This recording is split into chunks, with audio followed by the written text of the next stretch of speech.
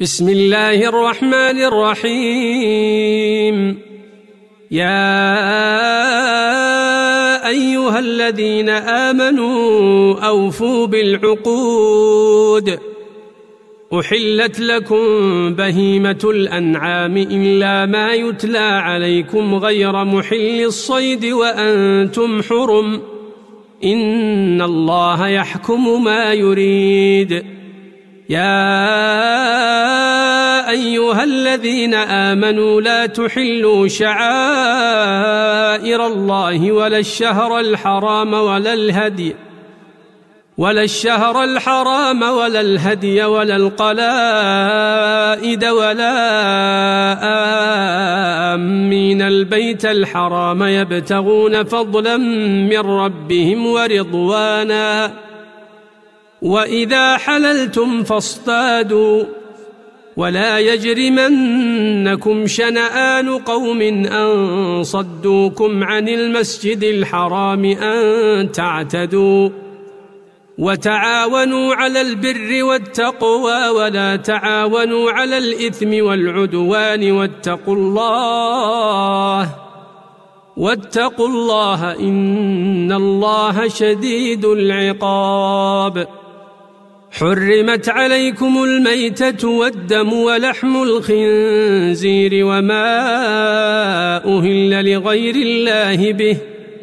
والمنخنقة والموقوذة والمتردية والنطيحة وما أكل السبع إلا ما ذكيتم،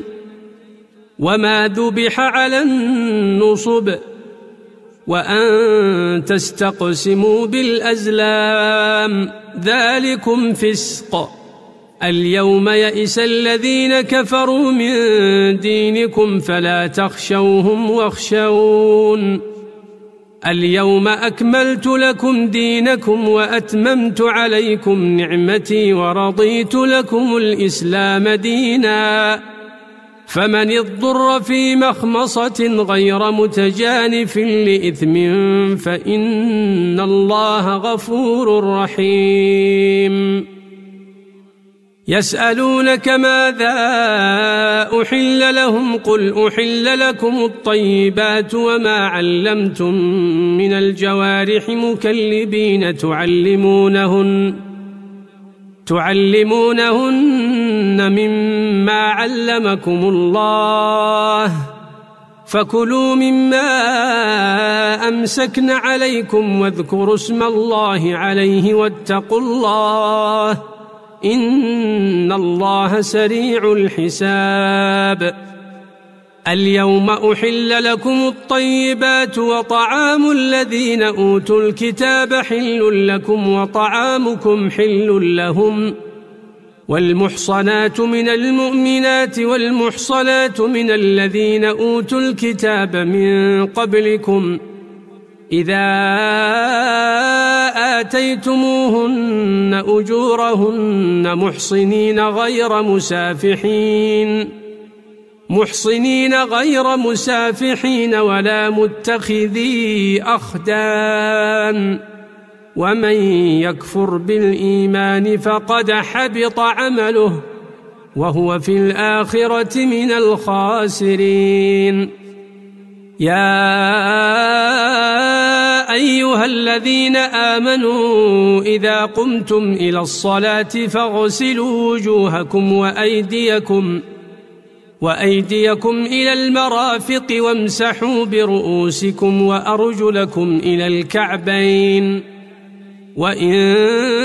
كنتم جنبا فاطهروا، وإن كنتم مرضى أو على سفر أو جاء أحد منكم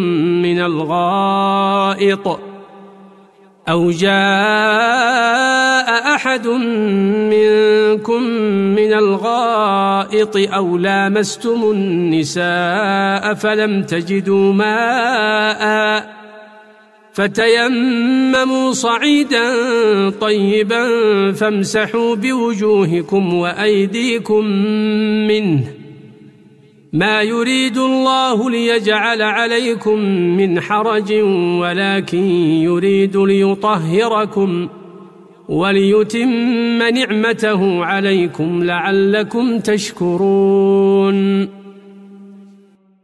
واذكروا نعمة الله عليكم وميثاقه الذي واثقكم به إذ قلتم سمعنا وأطعنا واتقوا الله إن الله عليم بذات الصدور يا أيها الذين آمنوا كونوا قوامين لله شهداء بالقسط ولا يجرمنكم شنآن قوم على ألا تعدلوا اعدلوا هو أقرب للتقوى واتقوا الله إن الله خبير بما تعملون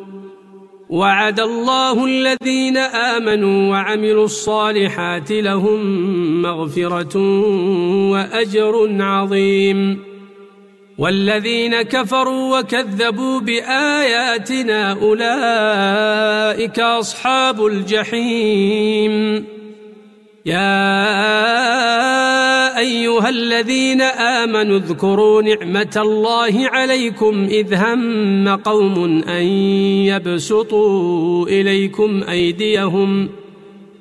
أن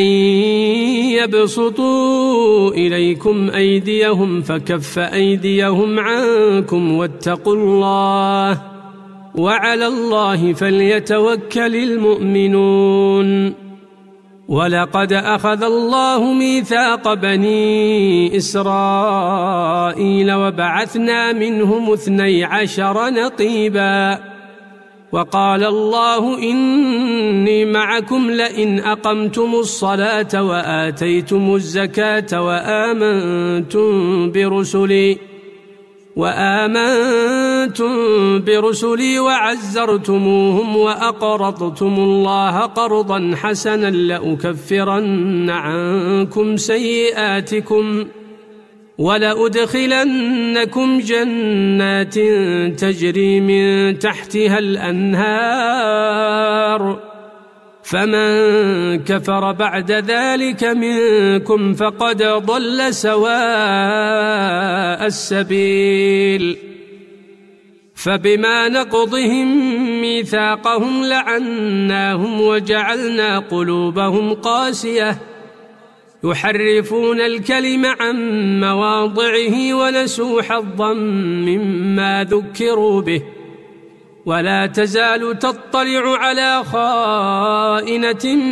منهم إلا قليلا منهم فاعف عنهم واصفح إن الله يحب المحسنين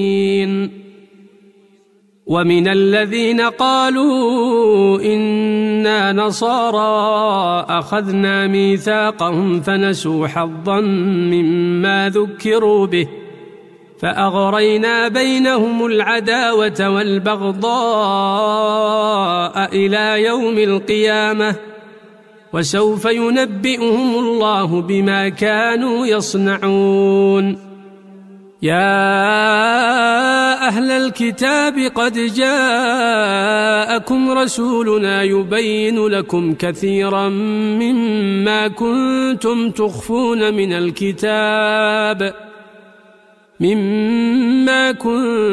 تخفون من الكتاب ويعفو عن كثير قد جاءكم من الله نور وكتاب مبين يهدي به الله من اتبع رضوانه سبل السلام ويخرجهم من الظلمات إلى النور بإذنه ويهديهم إلى صراط مستقيم لقد كفر الذين قالوا إن الله هو المسيح ابن مريم قل فمن يملك من الله شيئا إن أراد أن يهلك المسيح ابن مريم وأمه ومن في الأرض جميعا ولله ملك السماوات والأرض وما بينهما يخلق ما يشاء والله على كل شيء قدير. وقالت اليهود والنصارى نحن أبناء الله وأحباؤه قل فلم يعذبكم بذنوبكم بل أنتم بشر ممن خلق يغفر لمن يشاء ويعذب من يشاء ولله ملك السماوات والأرض وما بينهما وإليه المصير. يا أهل الكتاب قد جاءكم رسولنا يبين لكم على فترة من الرسل أن تقولوا ما جاءنا من بشير ولا نذير فقد جاءكم بشير ونذير والله على كل شيء قدير. وإذ قال موسى لقومه يا قوم اذكروا نعمة الله عليكم إذ جعل فيكم أنبياء وجعلكم ملوكا وآتاكم ما لم يؤت أحدا من العالمين. يا قوم ادخلوا الأرض المقدسة التي كتب الله لكم ولا ترتدوا على أدباركم فتنقلبوا خاسرين. قالوا يا موسى إن فيها قوما جبارين وإنا لن ندخلها حتى يخرجوا منها فإن يخرجوا منها فإنا داخلون. قال رجلان من الذين يخافون أنعم الله عليهم ادخلوا عليهم الباب فإذا دخلتموه فإنكم غالبون وعلى الله فتوكلوا إن كنتم مؤمنين. قالوا يا موسى إنا لن ندخلها أبدا ما داموا فيها فاذهب أنت وربك فقاتلا إنا هاهنا قاعدون. قال رب إني لا أملك إلا نفسي وأخي فافرق بيننا وبين القوم الفاسقين. قال فإنها محرمة عليهم 40 سنة يتيهون في الأرض فلا تأس على القوم الفاسقين. واتل عليهم نبأ ابني آدم بالحق إذ قربا قربانا فتقبل من أحدهما ولم يتقبل من الآخر قال لأقتلنك قال إنما يتقبل الله من المتقين. لئن بسطت إلي يدك لتقتلني ما أنا بباسط يدي إليك لأقتلك إني أخاف الله رب العالمين. إني أريد أن تبوء بإثمي وإثمك فتكون من أصحاب النار وذلك جزاء الظالمين. فطوعت له نفسه قتل أخيه فقتله فأصبح من الخاسرين. فبعث الله غرابا يبحث في الأرض ليريه كيف يواري سوءة أخيه قال يا ويلتى أعجزت أن أكون مثل هذا الغراب فأواري سوءة أخي فأصبح من النادمين. من أجل ذلك كتبنا على بني إسرائيل أنه من قتل نفسا بغير نفس أو فساد أو فساد في الأرض فكأنما قتل الناس جميعا ومن أحياها فكأنما أحيا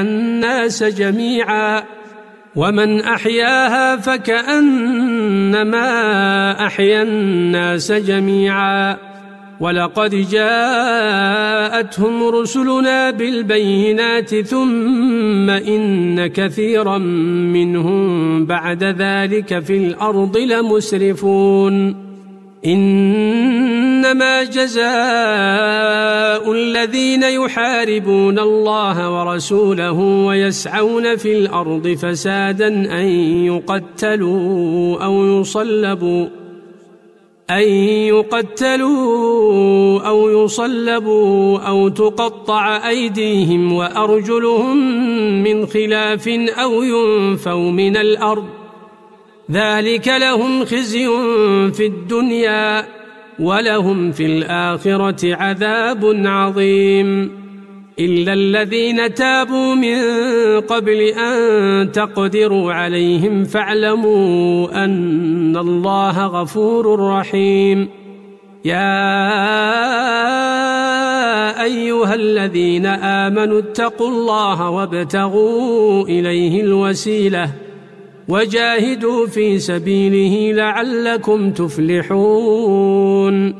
إن الذين كفروا لو أن لهم ما في الأرض جميعا ومثله معه ليفتدوا به من عذاب يوم القيامة ما تقبل منهم ولهم عذاب أليم يريدون أن يخرجوا من النار وما هم بخارجين منها ولهم عذاب مقيم والسارق والسارقة فاقطعوا أيديهما جزاء بما كسبا نكالا من الله والله عزيز حكيم فمن تاب من بعد ظلمه وأصلح فإن الله يتوب عليه إن الله غفور رحيم ألم تعلم أن الله له ملك السماوات والأرض يعذب من يشاء ويغفر لمن يشاء والله على كل شيء قدير يا أيها الرسول لا يحزنك الذين يسارعون في الكفر من الذين قالوا آمنا بأفواههم ولم تؤمن قلوبهم ومن الذين هادوا سماعون للكذب سماعون لقوم آخرين لم يأتوك يحرفون الكلم من بعد مواضعه يقولون إن أوتيتم هذا فخذوه وإن لم تؤتوه فاحذروا ومن يرد الله فتنته فلن تملك له من الله شيئا أولئك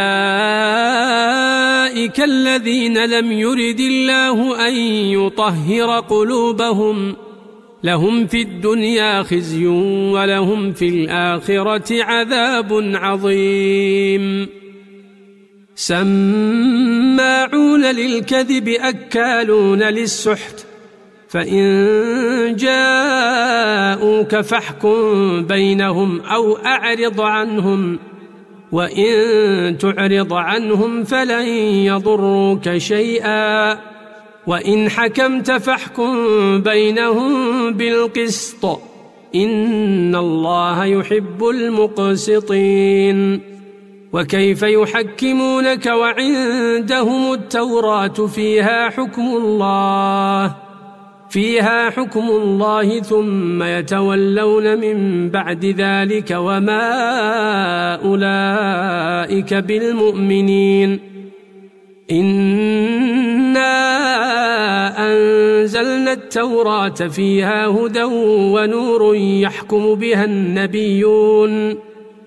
يحكم بها النبيون الذين أسلموا للذين هادوا والربانيون والأحبار بما استحفظوا من كتاب الله وكانوا عليه شهداء فلا تخشوا الناس واخشوني ولا تشتروا بآياتي ثمنا قليلا ومن لم يحكم بما أنزل الله فأولئك هم الكافرون وكتبنا عليهم فيها أن النفس بالنفس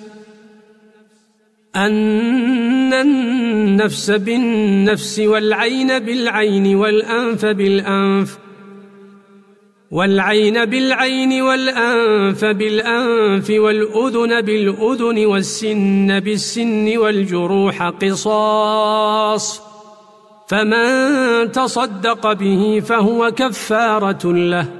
ومن لم يحكم بما أنزل الله فأولئك هم الظالمون وقفينا على آثارهم بعيسى ابن مريم مصدقا لما بين يديه من التوراة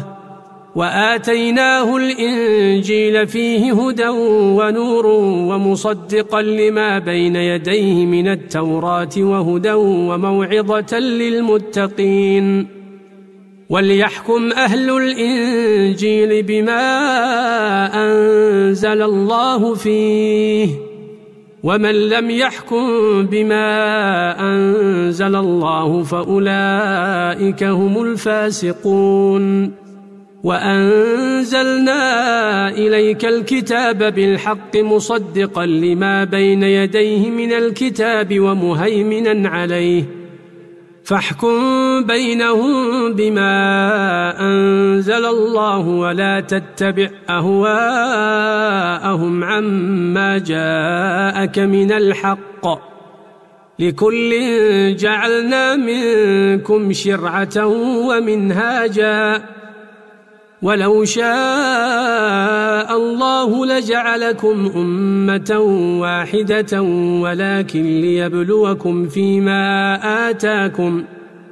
ولكن ليبلوكم فيما آتاكم فاستبقوا الخيرات إلى الله مرجعكم جميعا فينبئكم بما كنتم فيه تختلفون وأن احكم بينهم بما أنزل الله ولا تتبع أهواءهم واحذرهم أن يفتنوك عن بعض ما أنزل الله إليك فإن تولوا فاعلم أنما يريد الله أن يصيبهم ببعض ذنوبهم وإن كثيرا من الناس لفاسقون أفحكم الجاهلية يبغون ومن أحسن من الله حكما لقوم يوقنون يا أيها الذين آمنوا لا تتخذوا اليهود والنصارى أولياء بعضهم أولياء بعض ومن يتولهم منكم فإنه منهم إن الله لا يهدي القوم الظالمين فترى الذين في قلوبهم مرض يسارعون فيهم يقولون نخشى أن تصيبنا دائرة فعسى الله أن يأتي بالفتح أو أمر من عنده فيصبحوا على ما أسروا في أنفسهم نادمين ويقول الذين آمنوا أهؤلاء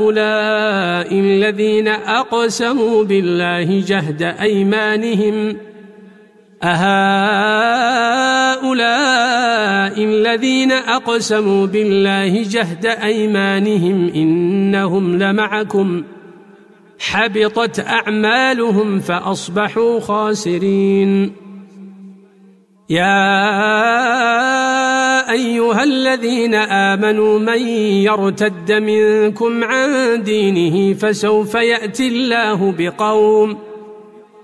يأتي الله بقوم يحبهم ويحبونه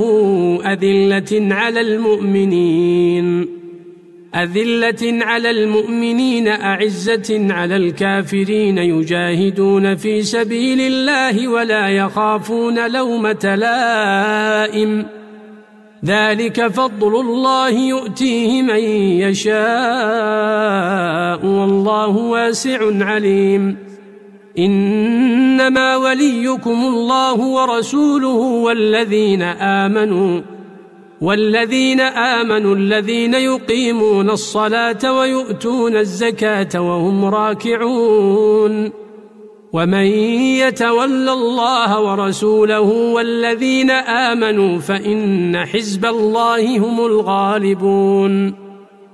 يا أيها الذين آمنوا لا تتخذوا الذين اتخذوا دينكم هزوا ولعبا من الذين أوتوا الكتاب من قبلكم والكفار أولياء واتقوا الله إن كنتم مؤمنين وإذا ناديتم إلى الصلاة اتخذوها هزوا ولعبا ذلك بأنهم قوم لا يعقلون قل يا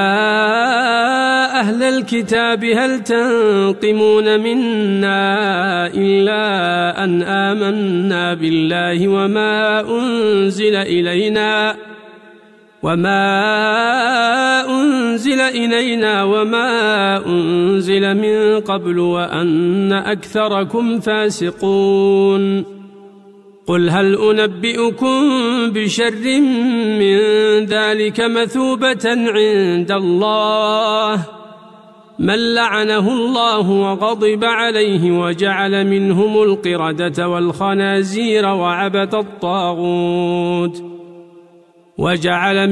القردة والخنازير وعبد الطاغوت أولئك شر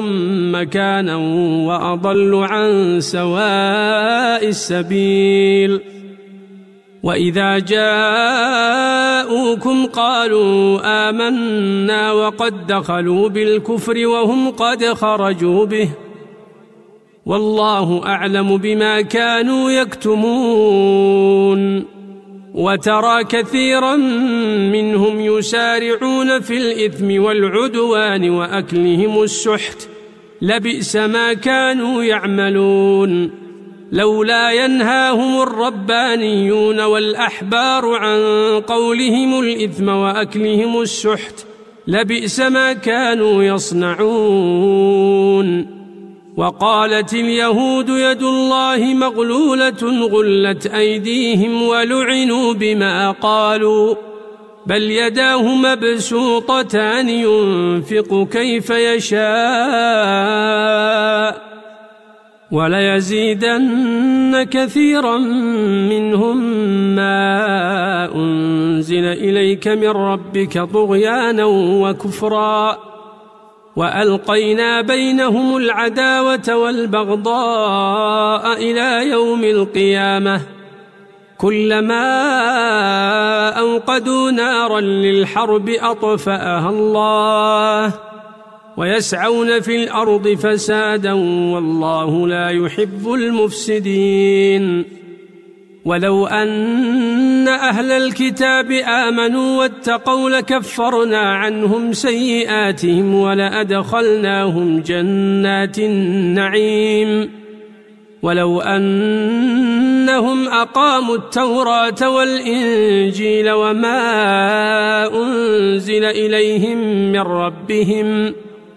وما أنزل إليهم من ربهم لأكلوا من فوقهم ومن تحت أرجلهم منهم أمة مقتصدة وكثير منهم ساء ما يعملون يا أيها الرسول بلغ ما أنزل إليك من ربك وإن لم تفعل فما بلغت رسالته والله يعصمك من الناس إن الله لا يهدي القوم الكافرين قل يا أهل الكتاب لستم على شيء حتى تقيموا التوراة والإنجيل وما أنزل إليكم من ربكم وليزيدن كثيرا منهم ما أنزل إليك من ربك طغيانا وكفرا فلا تأس على القوم الكافرين إن الذين آمنوا والذين هادوا والصابئون والنصارى من آمن بالله واليوم الآخر وعمل صالحا فلا خوف عليهم ولا هم يحزنون لقد أخذنا ميثاق بني إسرائيل وأرسلنا إليهم رسلا كلما جاءهم رسول بما لا تهوى أنفسهم فريقا كذبوا وفريقا يقتلون وحسبوا ألا تكون فتنة فعموا وصموا ثم تاب الله عليهم ثم عموا وصموا كثير منهم والله بصير بما يعملون لقد كفر الذين قالوا إن الله هو المسيح ابن مريم وقال المسيح يا بني إسرائيل اعبدوا الله ربي وربكم إنه من يشرك بالله فقد حرم الله عليه الجنة ومأواه النار وما للظالمين من أنصار لقد كفر الذين قالوا إن الله ثالث ثلاثة وما من إله إلا إله واحد وإن لم ينتهوا عما يقولون ليمسن الذين كفروا منهم عذاب أليم أفلا يتوبون إلى الله ويستغفرونه والله غفور رحيم ما المسيح ابن مريم إلا رسول قد خلت من قبله الرسل وأمه صديقة كانا يأكلان الطعام انظر كيف نبين لهم الآيات ثم انظر أنى يؤفكون قل أتعبدون من دون الله ما لا يملك لكم ضرا ولا نفعا والله هو السميع العليم قل يا أهل الكتاب لا تغلوا في دينكم غير الحق ولا تتبعوا أهواء قوم قد ضلوا من قبل وأضلوا كثيرا وضلوا عن سواء السبيل لعن الذين كفروا من بني إسرائيل على لسان داود وعيسى بن مريم ذلك بما عصوا وكانوا يعتدون كانوا لا يتناهون عن منكر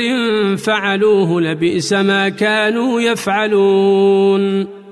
ترى كثيرا منهم يتولون الذين كفروا لبئس ما قدمت لهم أنفسهم أن سخط الله عليهم وفي العذاب هم خالدون ولو كانوا يؤمنون بالله والنبي وما أنزل إليه ما اتخذوهم أولياء ولكن كثيرا منهم فاسقون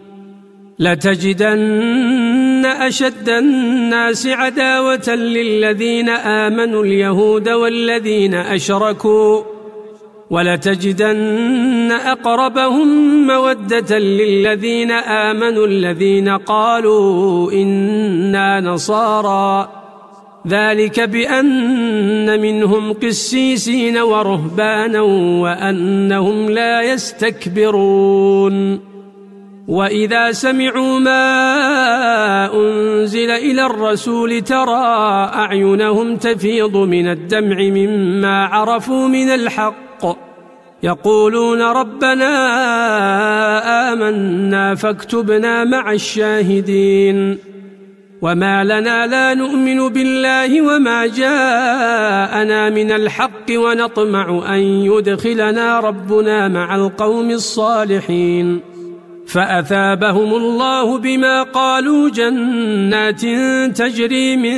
تحتها الأنهار خالدين فيها وذلك جزاء المحسنين والذين كفروا وكذبوا بآياتنا أولئك أصحاب الجحيم يا أيها الذين آمنوا لا تحرموا طيبات ما أحل الله لكم ولا تعتدوا إن الله لا يحب المعتدين وكلوا مما رزقكم الله حلالا طيبا واتقوا الله الذي أنتم به مؤمنون لا يؤاخذكم الله باللغو في أيمانكم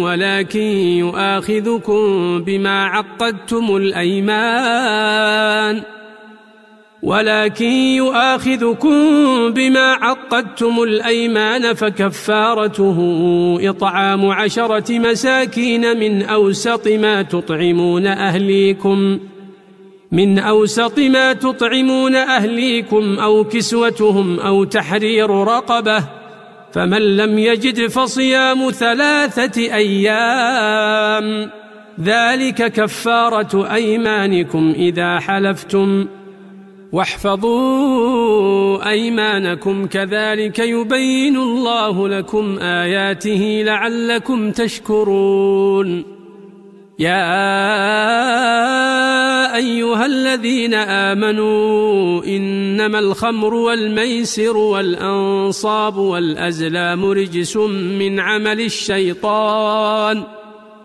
رجس من عمل الشيطان فاجتنبوه لعلكم تفلحون إنما يريد الشيطان أن يوقع بينكم العداوة والبغضاء في الخمر والميسر ويصدكم عن ذكر الله وعن الصلاة فهل أنتم منتهون وأطيعوا الله وأطيعوا الرسول واحذروا فإن توليتم فاعلموا أنما على رسولنا البلاغ المبين ليس على الذين آمنوا وعملوا الصالحات جناح فيما طعموا إذا ما اتقوا وآمنوا وعملوا الصالحات ثم اتقوا وآمنوا ثم اتقوا وأحسنوا والله يحب المحسنين يا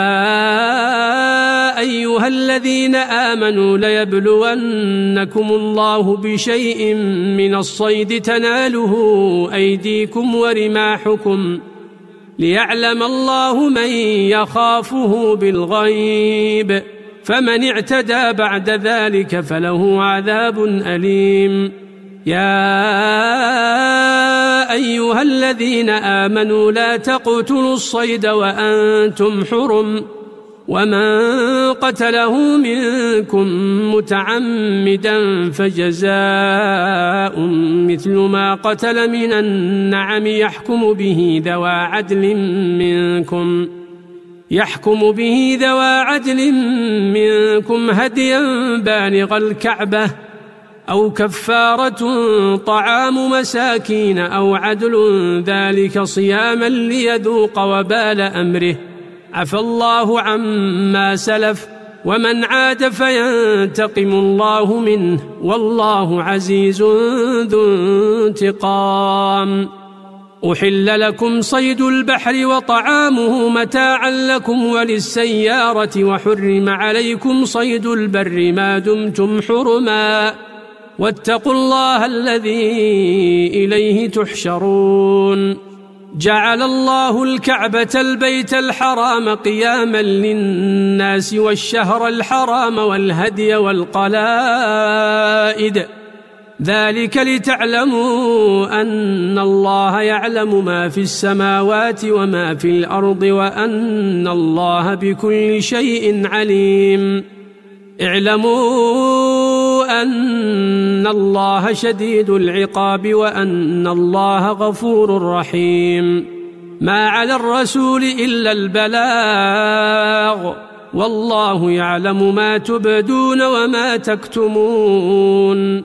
قل لا يستوي الخبيث والطيب ولو أعجبك كثرة الخبيث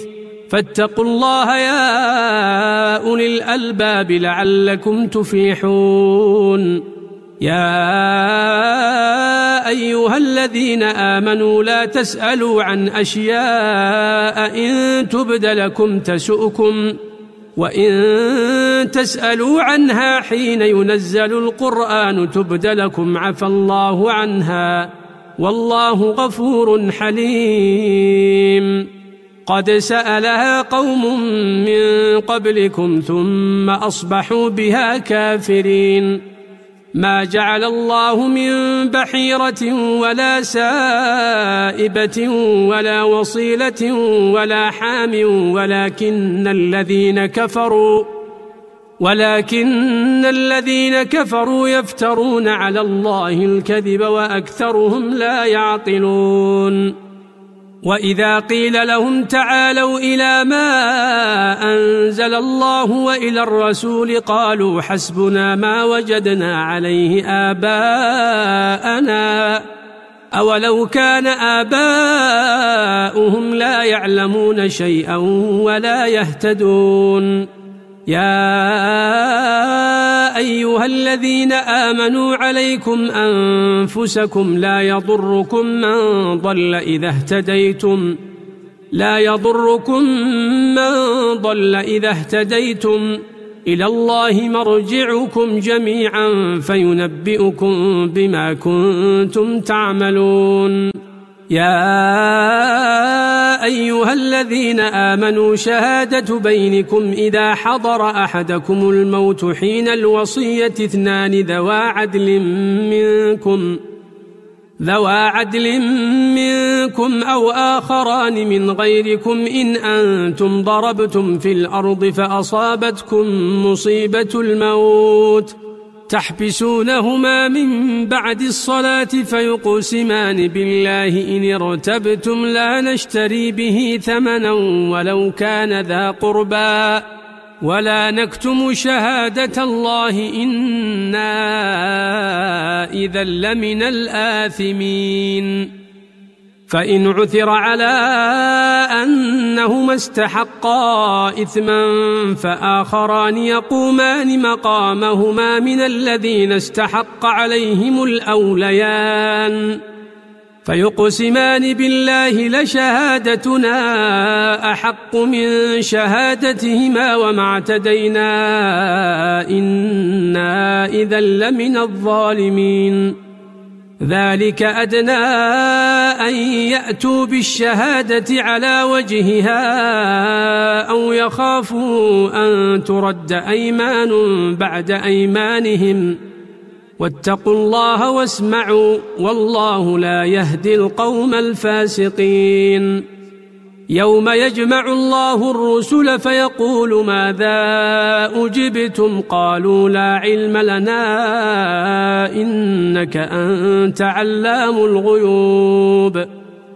إذ قال الله يا عيسى ابن مريم اذكر نعمتي عليك وعلى والدتك إذ أيدتك بروح القدس تكلم الناس في المهد وكهلا وإذ علمتك الكتاب والحكمة والتوراة والإنجيل وإذ تخلق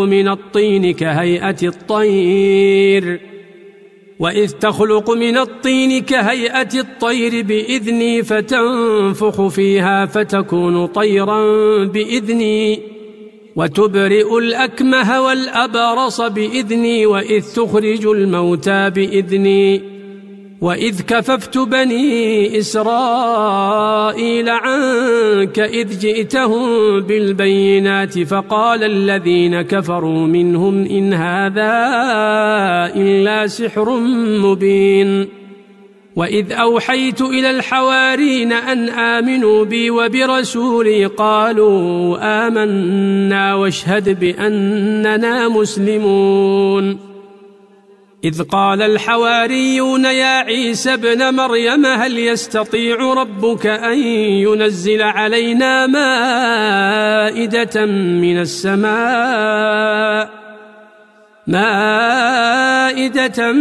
السماء قال اتقوا الله إن كنتم مؤمنين قالوا نريد أن نأكل منها وتطمئن قلوبنا ونعلم أن قد صدقتنا ونكون عليها من الشاهدين قال عيسى ابن مريم اللهم ربنا أنزل علينا مائدة من السماء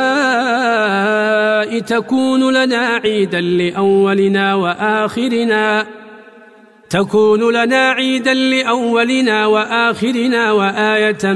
منك وارزقنا وأنت خير الرازقين قال الله إني منزلها عليكم فمن يكفر بعد منكم فإني أعذبه عذابا لا أعذبه أحدا من العالمين وإذ قال الله يا عيسى ابن مريم أأنت قلت للناس اتخذوني وأمي إلهين من دون الله